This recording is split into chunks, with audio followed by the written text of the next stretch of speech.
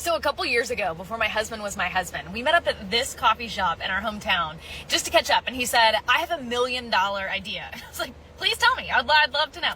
And he said, I want to create a party game for Christians that plays kind of like Cards Against Humanity, but doesn't make you feel cringy in your soul when you go home. And I said, you have to do this. Well, we didn't start dating at the time, and our lives kind of moved forward in different directions. But a few months later, this is what I see on social media.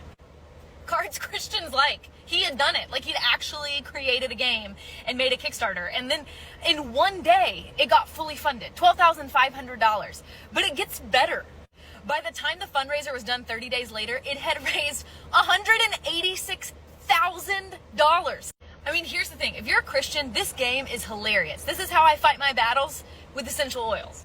Or scholars now believe that Paul's thorn in the flesh was actually not being allowed to read Harry Potter, because yes, that was me.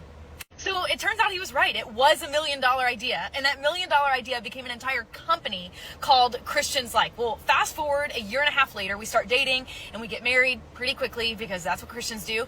And I quit my job in marketing for a ministry and come to work for my husband's party game company, because now this $1 million idea employs our family.